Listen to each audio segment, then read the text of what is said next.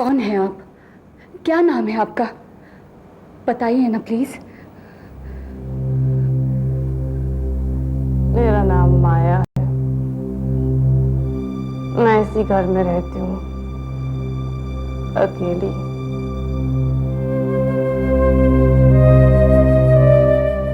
बहुत सालों से यहीं रह रही हूँ।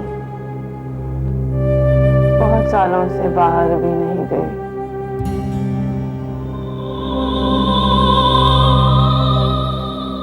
क्या जानना चाहती हो तुम मेरे बारे में? सब कुछ। इस निशान के बारे में सब कुछ जानना मेरे लिए बहुत जरूरी है। इसका वास्ता मेरे रवि की जिंदगी के साथ है।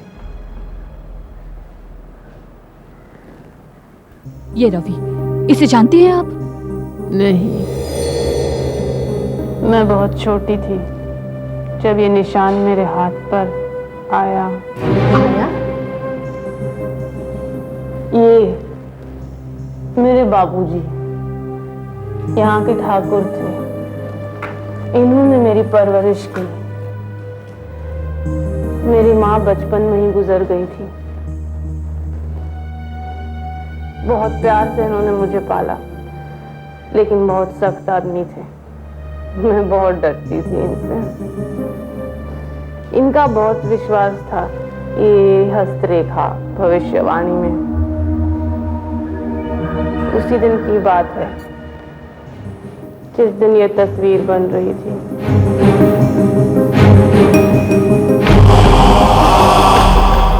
ठाकुर साहब, कृपा करके अपनी जगह से मत हिलिएगा, मेरा ध्यान बढ़ जाता है। एक मिनट, ये बंदूक तो खाली है। उससे क्या फर्क पड़ता है ठाकुर साहब? ये तो सिर्फ एक तस्वीर है, और देखने वालों को ये कैसे पता चलेगा कि बंदूक भरी हुई है या खाली? ठाकुर कभी खाली बंदूक नहीं उठाते।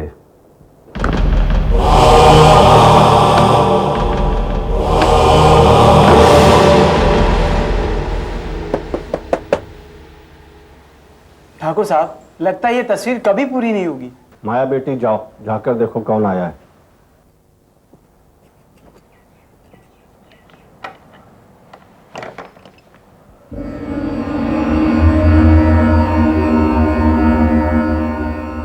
बेटी, पिताजी घर में हैं? ठाकुर, तुम ठहरो, मैं भी आता हूं। आइए आइए गुरुजी, नमस्ते, पधारिए। कैसे हैं आप? कुशल है। ठाकुर साहब, अगर आप ऐसे हिलते रहे तो तस्वीर पूरी कैसे होगी? हाँ हाँ, आ रहा हूं। गुरुजी, अगर तुम अपना काम इत्मीनान से पूरा करो, मैं रुकता हूं। मैं अभी आपकी सेवा में हाजिर होता हूं। बेटी, गुरुजी का ख्याल रखना। आप जादूगर है? तो बताइए मेरे हाथ में क्या है? तुम्हारे पलंग के नीचे एक बक्सा है। उस बक्से में तुमने अपने खिलौने और तुम्हारी मां ने तुम्हारे लिए बनवाए हुए कपड़े रखे हैं। उस बक्से की चाबी तुम्हारे हाथ में है। आपको कैसे पता? मैंने कहा था ना, मैं जादूगर हूं, मैं जादूगर।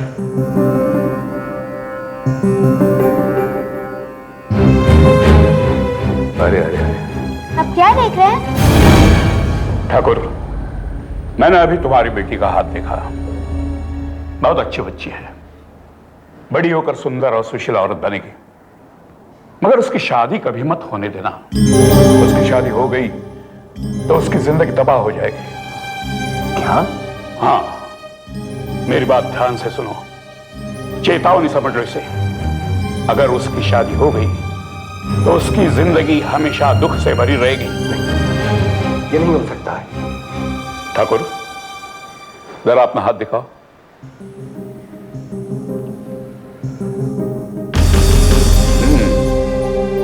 बिल्कुल जैसे मैंने सोचा था। ठाकुर, तुम्हारे हाथों पर खून है। मैं देख रहा हूं, एक दिन तुम अपनी बेटी के पति का खून करोगे। आप क्या कह रहे हैं गुरुजी? हाँ ठाकुर, तुम अपनी बेटी को विधवा बनाओगे। नहीं गुरुजी। आज तक मैंने अपनी भविष्यवाणी में कभी गलती नहीं की, पर इस एक बार चाहता हूं गलत साबित हो जाऊं। आप तो सर्वज्ञानी हैं गुरुजी। क्या मेरी बच्ची की किस्मत बदलने का कोई उपाय है? बेटी को ले आओ। ठीक है। मनुष्य की किस्मत को कोई नहीं बदल सकता, और ऐसा कहा जाता है कि प्यार और विश्वास में उतनी ही ताकत होती है जितनी विधि के विधान में।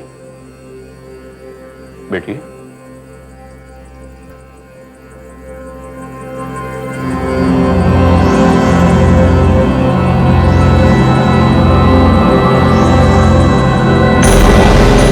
आशा है तुम्हारी बेटी की रक्षा यह निशान करेगा। उस दिन से मेरे हाथ पे ये निशान है। बाबूजी ने मुझे उस भविष्यवाणी के बारे में कुछ नहीं बताया। वक्त बीतता गया।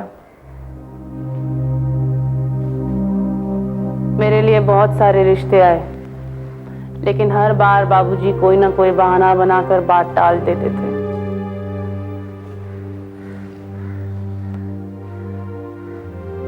मुझे ये बहुत अजीब लगा।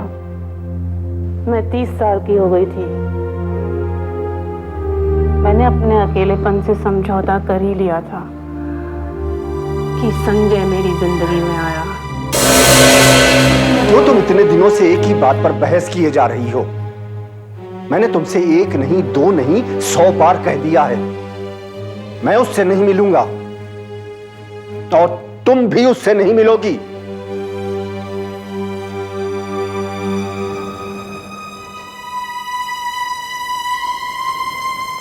अगर तुमने शादी करी तो जिंदगी भर सुखी नहीं रह पाओगी।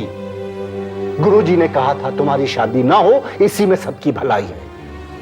मेरा उन पर पूरा विश्वास है, इसलिए मैं अब इस बारे में कोई भी बहस करना या सुनना नहीं चाहता हूं। This is final.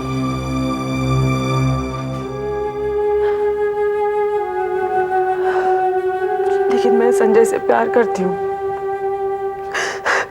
उसके बिना रह नहीं सकती। उसी रात मैंने ये घर छोड़ दिया। दूसरे दिन हमने मंदिर में शादी कर ली। बाबूजी के डर से मैंने उन्हें कुछ नहीं बताया, अपना पता ठिकाना कुछ नहीं। 2 साल बीत गए। मैं अपनी शादी में खुश थी। हमारा एक बच्चा भी हो गया था। गुरुजी की सभी भविष्यवाणियां गलत साबित हो चुकी थी। नाना आएंगे, सूरज का जन्मदिन मनाएंगे, नाना सूरज को देखेंगे, बहुत खुश होंगे, छोटे छोटे बाबा को पारी पारी पारी करेंगे। लेकिन नाना को ठहराएंगे कहाँ? उस कमरे में। लेकिन वो कमरा तो हमेशा से बंद है। पापा कहते हैं उसमें बहुत सारा सामान है, उसको नहीं खोलेंगे। और कमरे की चाबी पापा के पास है, तो हम क्या करेंगे? फिर हम सब नाना के साथ उनके घर जाएंगे। सूरज, पापा, मामा। अरे पापा के जेब में ये क्या है? चाबी है उस कमरे की। हम वो कमरा साफ करेंगे। चलो। अरे ये तो एकदम खाली है। तेरे पापा तो कहते थे सामान से भरा हुआ है। ये क्या है?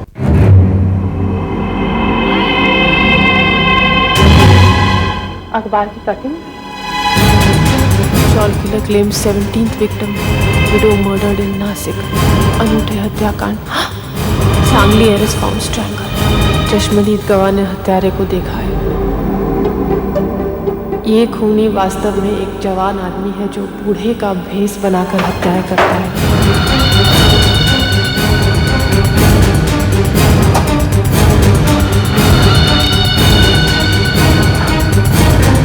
क्यों खोला तुमने?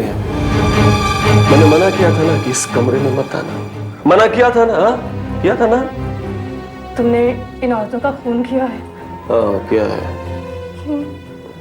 पैसा, इनके पास बहुत पैसा था माया। इन सारी अमीरजादियों को अपने अकेलेपन से मुक्ति चाहिए थी। सिंपल। मैंने उन्हें मुक्त कर दिया। तो यही तुम्हारा कारोबार है, इसीलिए तुम शहर से इतना दूर रहा करते थे। तुम पागल हो चुके हो संजय। पुलिस।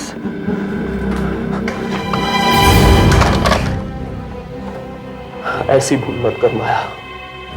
सुनो, मैंने तुमसे शादी सिर्फ इसलिए की कि तुम एक अमीर बाप की इकलौती बेटी थी, और तुम्हें आज तक जिंदा सिर्फ इसलिए रखा कि तुम्हारे बाप की मौत के बाद उसकी सारी जायदाद तुम्हारी हो जाएगी। ऑब्वियसली फिर मेरी हो जाएगी, वरना सिंपल तुम्हें भी कब का मुक्ति दे दिया होता।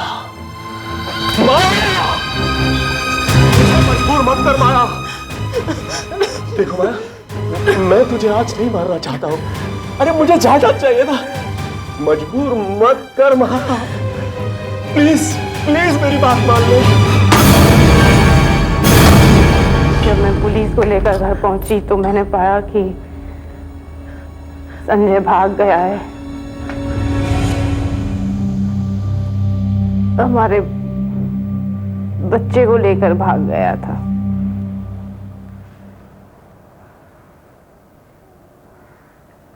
फिर 4 दिन बाद वो पकड़ा गया। कहाँ है मेरा बच्चा?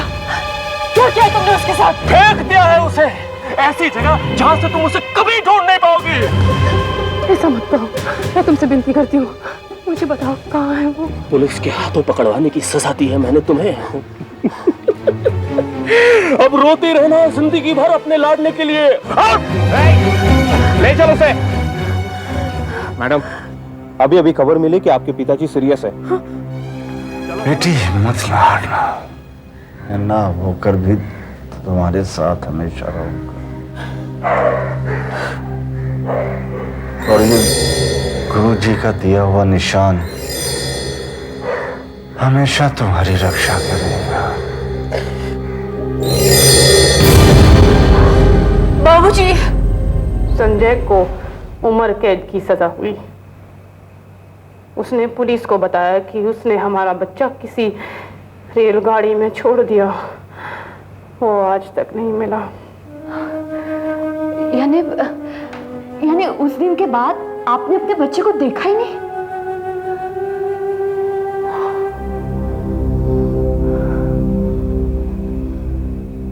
प्रत्यक्ष रूप से नहीं। क्या मतलब? मैं खुद नहीं समझ पाती हूँ। जब भी मुझे लगता है उसे कोई खतरा है तो मेरा मन सुन्न हो जाता है, और मैं अपने आप को उसी जगह पाती हूँ जहाँ उसके साथ कोई हादसा होने वाला होता है।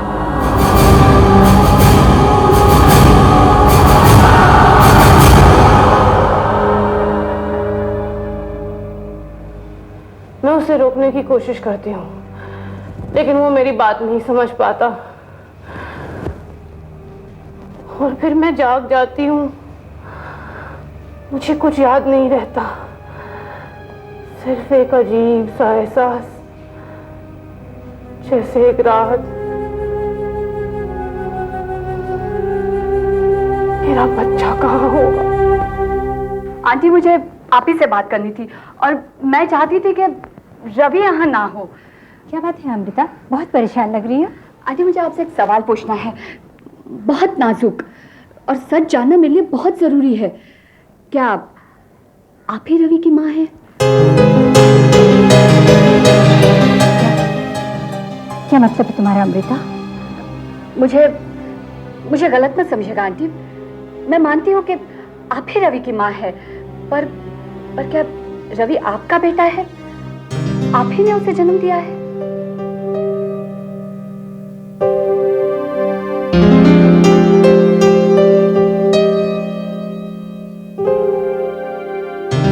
प्लीज आंटी, मेरे लिए यह जानना बहुत अहम है। मैंने कसम खाई थी कि इस बारे में रवि को कुछ नहीं बताऊंगी। मेरे पति रेलवे में थे, उन्हें ट्रेन में एक बच्चा मिला। मैं बेऔलाद थी। मैंने उन्हें इस बारे में पुलिस को बताने के लिए मना किया। ये सच है कि मैंने उसे पाला है, जन्म नहीं दिया। अगर इस बारे में रवि को पता चलेगा तो क्या कहेगा? मम्मी!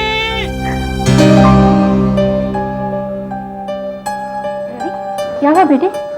मैंने एक बहुत बुरा सपना देखा है अमृता, मैंने उसी औरत को देखा है। क्या? कहाँ?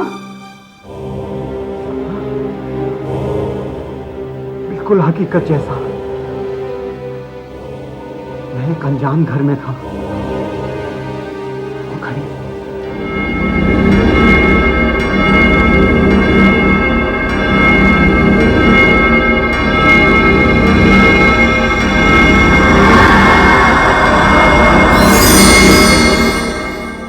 और मेरी आंखें खुल गई। मुझे विश्वास है कि उस औरत के साथ कुछ बुरा होने वाला है।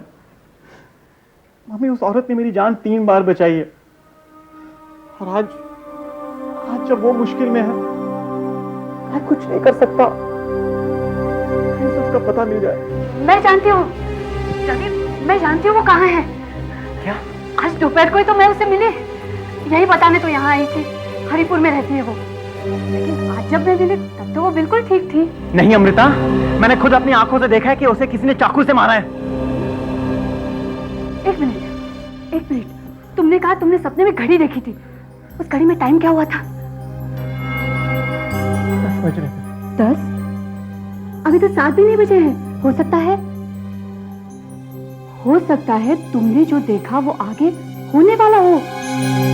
हम 10 बजे से पहले पहुंचकर उसकी जान बचा सकते हैं। कौन है वो औरत? क्या रिश्ता है मेरा उसके साथ?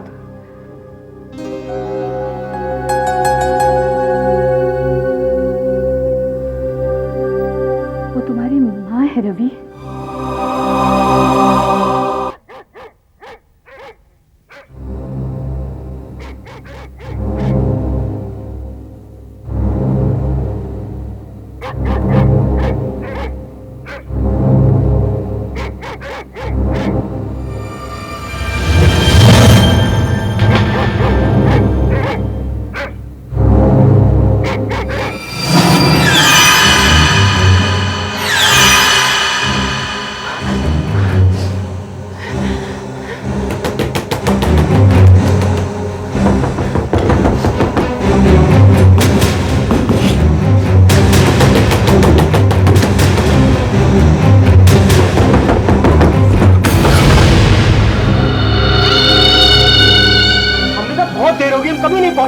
हम जरूर वक्त पे पहुंच जाएंगे रवि, विश्वास रखो। Relax Ravi, don't worry.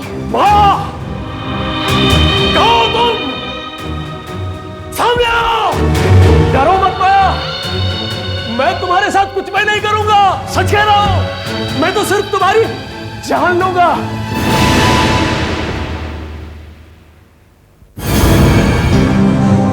मुझे तुमसे डर नहीं लग रहा संजय, और ना ही मैं मौत से डरती हूँ।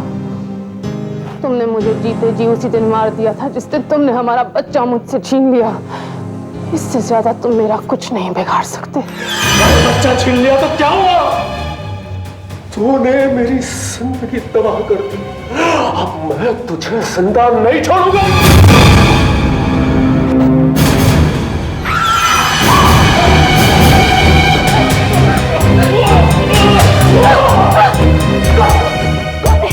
कौन है वो? मेरे बेटे का बाप।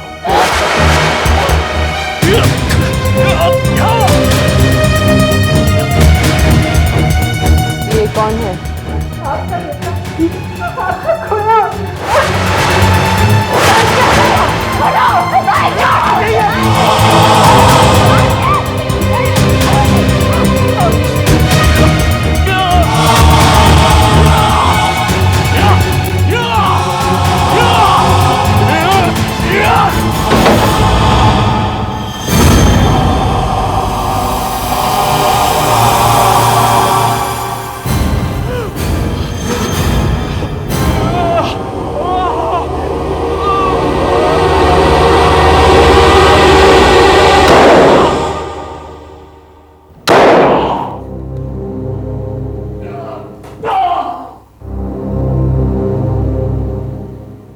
अच्छा हुआ मैंने बंदूक भर दी थी, इसे मेरे ही हाथों मरना था।